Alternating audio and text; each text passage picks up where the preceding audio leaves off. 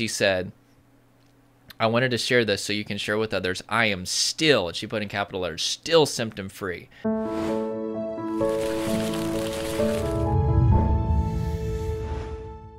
What's up? So the question is, will depersonalization and derealization come back in the future once you overcome these symptoms? The answer is not yes or no. It depends. And I'm going to explain what I mean by that here in just a minute. But before we get into that, make sure to click like if you are ready to heal from these symptoms. Comment something below. Make sure to share this if it helps you. Also watch the video all the way through to help us on our mission to help 1 billion people heal from trauma and also get educated about trauma. And in addition, if you don't know who I am, my name is Jordan Hardgrave. I once suffered with severe depersonalization, derealization for 2 years constantly. In fact, it was the most terrifying thing that I ever went through without question. When you feel detached from your body, which is what depersonalization is, or you feel detached from reality, which is what derealization is, you feel like you're going insane. You feel like you've been detached from the fabric of your very being, especially if emotional numbness kicks in, which most certainly did for me. There also tends to be very catastrophic, irrational fears. I also ended up having severe existential obsession, panic attacks. There were just so many things that made me feel like I was going insane. And so if you're going through this, I know that it's very, very scary and terrifying, but what I will tell you is I was able to beat these symptoms, and so many people are able to beat them as well. But anyway, let's go ahead and get moving on this question. So once again, it's not a matter of yes or no. It's a matter of it depends. The example that I give to people constantly is, let's say that I was a fitness coach, which clearly I am. I mean, you know, as you can see, you can just pretty much tell by the neck. It's a dead giveaway that I lift weights constantly. That's why I have this pencil neck and my Adam's apple sticks out so much, is because there's so much muscle around it.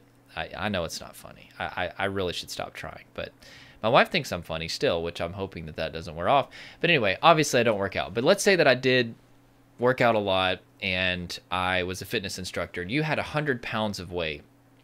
And you came to me, and let's say that I was like the world's best fitness instructor, and I had the perfect gym and the perfect workout, the perfect diet, and I taught these things to you, and you were able to lose those 100 pounds. Well, if you revert back to your old diet and you don't continue the calorie deficit, and if you don't go to the gym and you're not working out, you're not exercising, and maybe you also go back to using food as a coping mechanism for stress and challenges in life, what do you think is going to happen to that weight? Right? It's just going to come back. So to say that it's impossible for the weight to come back would be foolish, right? It definitely can. And whenever we're dealing with depersonalization and derealization, we're dealing with a state of nervous system overwhelm.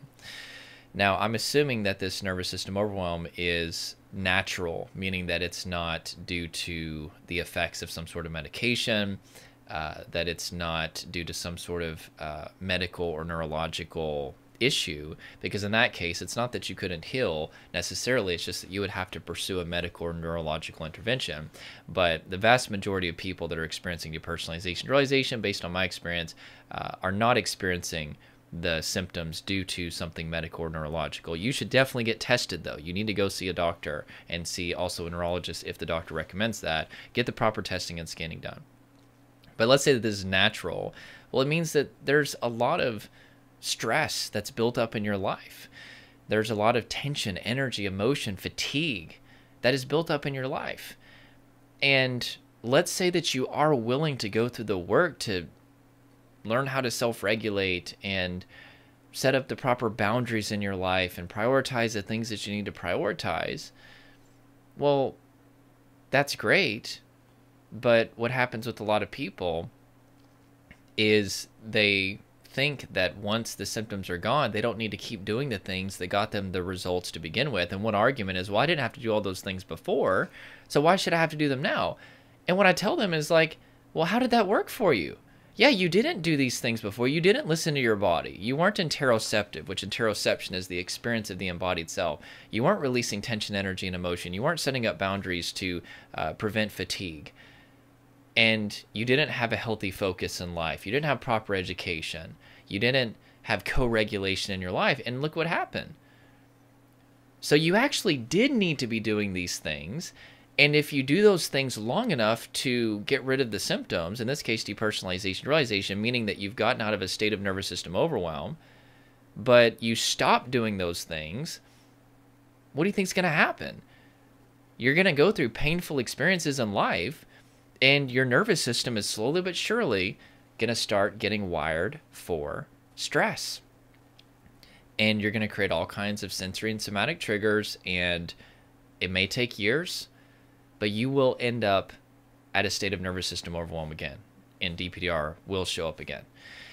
But for a lot of people, like, they used acceptance or distraction techniques to get their symptoms to go away. And this is where I want to get into my story a little bit, which means that they never even really did the work, the body-based work, and making the proper life adjustments that they needed to make. And thus, they're really not even recovered. There's just like a delay where they're temporarily not experiencing symptoms. Think of this as like an apple tree where they were able to pick the apple.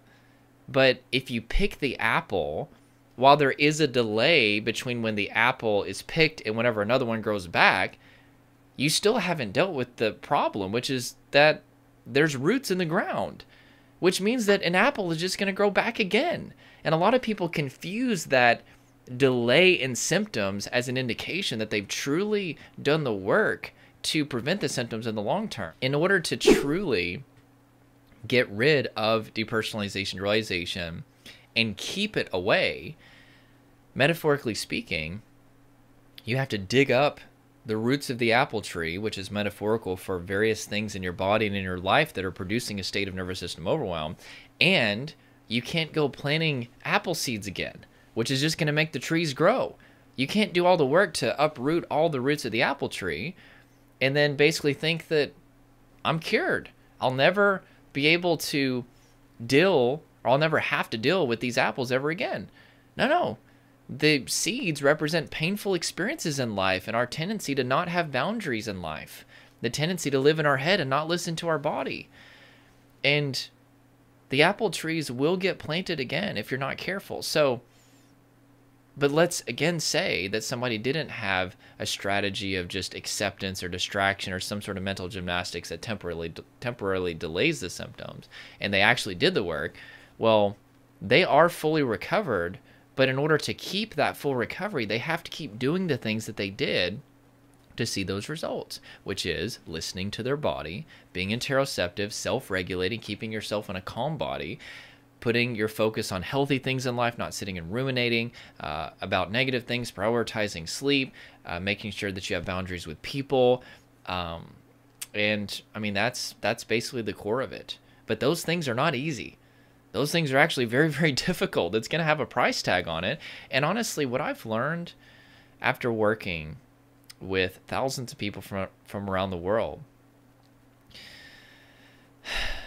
is not everybody's willing to pay that price. If you literally want to rewire your nervous system to never experience these symptoms again, there is a price tag on it. And a lot of people try to bypass that. And that's where the acceptance and the distraction stuff comes in. There's a huge movement around this, and I can't convince people that this stuff isn't a long-term solution, because a lot of people will get breaks from the symptoms.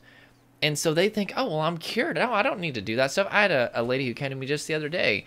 She said, Jordan, whenever I first bought your course and I saw what you teach, I laughed at you. I thought, this guy's like teaching a bunch of stuff that's unnecessary. And I chose to do the distraction method. And then I think she said it was like 3 months, and she felt more symptomatic than she ever had felt. And she finally came back to me, and I think she's working with me now. And she said, I realized that I have to do the work. And I was wrong. And what I told her is, I was like, hey, I have no ego in this. I'm just happy that you're here now. But it is sad whenever I see a lot of people that just aren't willing to do the work. But again, depersonalization, derealization are trauma coping mechanisms. They are there because somebody's at a state of nervous system overwhelm, and there's a lot of layers to that. A lot of things happening in their body, a lot of things happening in their life. And if you're willing to do the work and not just look to some, I call it the hamster wheel method, you're doing a bunch of stuff that's a lot of activity, but it's not getting you real long-term results, you're going to have to keep doing those things. So it's really two steps. Like if you don't want depersonalization, realization to ever come back, number one, you have to be addressing the things happening in your life and your body that are producing a state of nervous system overwhelm. And then number two, you have to keep doing those things and make it a part of your lifestyle. And there's a lot of people that don't do this. Again, the second that they get cured, which I hate to even use the word cured, but like the second that they don't experience depersonalization, realization, they think I'm cured, thus I don't need to keep doing these things. And then they come back to me a year, 2 years later, and they're like, I stopped doing everything, and now I'm full-blown back in symptoms. In fact, I've got somebody that I'm working with right now that's what happened. And hey, I'll be here for you. You know, like if you don't want to do the work and you want to come back years later, I'm happy to help you. But I don't want to have to do that, right? So let me read this text message really quick. This is somebody who was willing to do the work. This is somebody who honestly was one of the more challenging clients that I had, but yet was also one of the more fun clients that I've ever had. And I say challenging, meaning they had a ton of questions and they had so many ups and downs. Oh my gosh, I think I probably invested more in this person than I probably did most of my clients in terms of time and energy. But I just knew that they were hungry for this. See, that's the thing. Like whenever I work with people, if I see that somebody is just hungry for this and wants this more than anything, I will literally go out of my way and even give extra time that they didn't even pay for to make sure that they get the extra time that they need. So she really put in the work, and I saw that. So she fully recovered. She ended up going back to work. She wasn't working. She was kind of sitting at home, which caused her to obsess over existence. She also had a very toxic relationship in her life that we had to establish boundaries and disconnect from. She also just wasn't in tune with her body. It took a while to build interoception. It took a while to befriend her body. And yeah, there was another few adjustments she had to make, but nonetheless, she became symptom-free. And she's now been symptom-free over a year. I just spoke with her recently, and she said the year anniversary came around, and she was worried that the symptoms were going to come back because she was like, oh God, what if me thinking about, the symptoms is going to make them come back? They didn't. And then she sent me this text message, which I'm going to edit it for privacy's sake, but she's going through a very difficult life situation. I wish I could be specific, but I want to be private. But it's a situation that would make most people overwhelmingly stressed. She says, I've been going through probably the most stressful period of my life this past 2 months. My dad just got laid off after working for a company for many years. My husband has been working out of town throughout the week, and I'm working weekends, which means that she's not even getting to spend much time with her spouse right now. It's been so rough, but I know I got to do what I got to do. I wanted to share that so you can share this with others. I am still symptom-free. Okay, she said I could share it with others, so I'll just tell you. She's going through a legal situation, like a lawsuit, which is just so, like, oh my God, it's just, she shouldn't have to be in this situation. But just so you know, she's literally going through a terrible lawsuit, combined with barely seeing her husband. She, I believe she lives with her dad. He got laid off, so there's obviously going to be some stress around the bills. But she said, I wanted to share this so you can share with others. I am still, and she put in capital letters, still symptom-free. I waited and waited for those symptoms to come back during all of this, but I do what you taught me. I came back into my body. I make sure I self-regulate. I still do the relaxation techniques. I still prioritize sleep. I still keep my mind focused on how I can fix this stress rather than dwell on. Do you see all the stuff that I just mentioned is the stuff that you have to deal with? Things happening in your body and happening in your life. She's still doing it. Sorry, I'm getting a little too excited, but like I was going to be a pastor of a church before I started doing this, so I kind of naturally have like this kind of preach pastoral thing, like, come on, all of God's people said amen. So I got to tone it down, Jordan. Okay. But your course teaches you how to live a great life, not just to be symptom free. That's not even the grand prize. The grand prize comes after, when I realized I can now handle stressful situations that life is going to throw at me. I can handle my emotions. I can't thank you enough, Jordan. That's post-traumatic growth. That is why I keep doing what I'm doing. Let me get really real with you for a second, because I think that this is also important for you to know. I believe that you can overcome these symptoms. Yet at the same time, after working with thousands of people, I have now come to a very sad conclusion that healing from trauma, or even overcoming general anxiety and panic attacks, let's say they're not in a state of nervous system overwhelm, like to truly, truly make the appropriate adjustments that you need to make in your life and in your body, and then continually doing those things. It's really not that hard, by the way. It's probably just like 15, 20 minutes a day as far as the things that I do to maintain my results, but there is a price tag on it. Most people are not going to be willing to do that. I have a few business coaches right now, and one of them told me there's this 80-20 rule, meaning 80% of people in anything out there, whether it's weight loss, whether it's gaining muscle, whether it's relationships, whether it's business, whether it's playing golf, whatever it is, are not going to go all in. Only about 20% of people are. And whenever he said that, it really put a lot of things into perspective for me, because that's pretty much what I see. I see that about 20% of people are really willing to make the adjustments. 100% of people can make the adjustments. I want to be clear. I want to create some hope in you. Don't let that number discourage you. But the reality is, most people aren't willing to make those adjustments, right?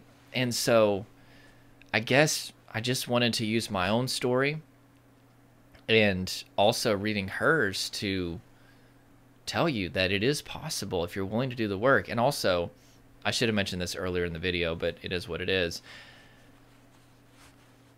Whenever I first overcame depersonalization, derealization, I used acceptance. A big part of what was causing me to reach a state of nervous system overwhelm was that I was resisting my symptoms. So whenever I started to radically invite in my symptoms and not resist them, panic attacks went away, depersonalization, derealization went away. And I thought that I was cured, but I was still very anxious. And depersonalization, derealization still showed up every now and then. But I was just so happy that DPR wasn't 24/7. I was like, dude, acceptance is the cure. I was preaching the acceptance gospel. I remember I worked at Pizza Hut one time, and this girl told me she was struggling with anxiety and panic. And I literally printed out like this 300-page book about acceptance that I had bought that helped me. And I said, you just read this. And she looked at me and she said, Jordan, I'm just an anxious soul. I can't read that. And it actually made her more anxious just to talk about it. But I just want you to know, like, I was all about some acceptance, okay? And the movement continues, and there's the book At Last a Life and the Dare Method, and you've got this thing and that thing. And listen, I love those people. I love those people. And you know what? Even if people just get temporary relief for a number of years, I am so freaking thankful for that. You could honestly say acceptance saved my life in some way. I went from 20 panic attacks a day, and because I started to invite everything in, the panic attacks went away. Thank God for acceptance, guys. I am not against acceptance. I am against believing that acceptance is the only thing that you need to do to truly rewire your nervous system, right? It's not either or, it's both, right? Meaning, I do teach people to invite in their symptoms. I don't call it acceptance because that comes with a whole realm of thinking, namely that acceptance is like the main thing that you need to do to rewire your nervous system, which I disagree with. But I teach a lot of other stuff too, which is really important, especially stuff that you need to do in your body and in your life. But I used acceptance and I thought I was cured. And then guess what ended up happening? Because I wasn't listening to my body, I wasn't able to trust my gut instinct, and I ended up connecting with very abusive people. I ended up taking a job that was abusive. I ended up not prioritizing sleep at all. I was getting like 3 or 4 hours a night. And whenever depersonalization, derealization came back the second time, 24/7, it hit me like a ton of bricks, and my acceptance techniques did not work. And then I came across the distraction stuff, and that never worked for me. Literally, I remember trying to distract my mind. I was like running because the methodology that I was taught also said you needed to exercise all the time. I was like running, and I felt like I was like out of my body running. Like I almost could, like, it wasn't an out of body experience, but I felt like I could almost see myself running with the headphones on. And I was trying to game all the time. I was like, no, I got to distract my mind 24/7. That's what I got to do to cure this. And it never even worked for me. And whenever I tried acceptance, which had all these testimonials that this is the cure, and then I tried distraction, which had a ton of testimonials too, I was like, well, pardon my French, I'm effed. Like, this is it. I was like, I'm done for. And you want to know what I see every single day? Whenever people apply to work with us or send us emails or comments, it is the same cycle over and over and over again, different details. And what I can tell you is that if you really, really want to not just get over these symptoms for a little while, like I did the first time, but truly overcome them and stay free of them in the long term, like I did the second time and like I help people do now, there is a price tag to that. That's not, honestly, so I've invested a lot in understanding business because I had to in order to be able to continue to do this. And one of the number one things they teach you in marketing is, like, don't say that stuff takes work. Now, if somebody takes my courses or works with me, it's going to be a heck of a lot easier to have mentorship or to have one of my online programs. That's going to save you unthinkable time. But it is going to take work. Like, what in life doesn't take work? Like, if your marriage is falling apart, you think that there's going to be some magical thing that you can do that's going to cure that? You got to address communication. You got to spend quality time together. You got to develop trust. You have to recognize when you're being triggered because of painful past experiences that are intruding into the present in the form of a trigger because they said or did something that's similar to that painful past experience, and learning how to self-regulate. Like, there's a lot of things you have to address, right? If you want to be successful in business or successful at a skill or a hobby, like, it's going to take work. But for the 20% of people that are willing to put in that work, you'll never have to worry about symptoms again. And you'll wake up in the morning and be able to focus on your life and on your goals. Life is way too short to be focusing on symptoms. And post-traumatic growth is when you're not just symptom-free, but now, because the symptoms are out of the way, you're able to step into your God-given destiny in this life. I believe, it may sound cliche, but I believe each and every one of you has a God-given purpose in this life.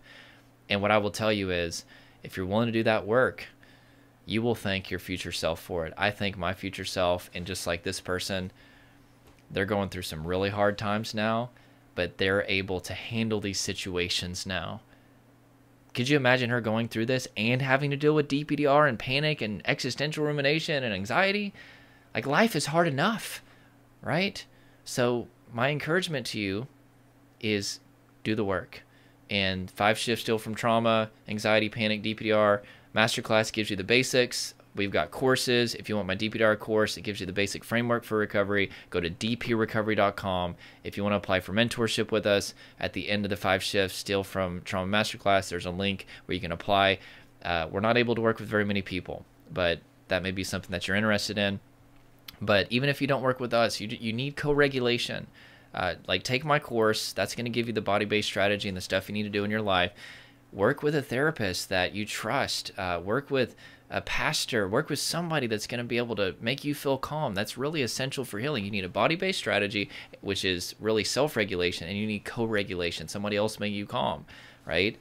That's the stuff that's really going to expedite your results, okay? So I got to get going. Once again, if this helped you, smash the like button, comment something, share something, or not share something, share the video, subscribe, all that cool stuff, and I will talk to you soon. Do the work. You will thank yourself for it.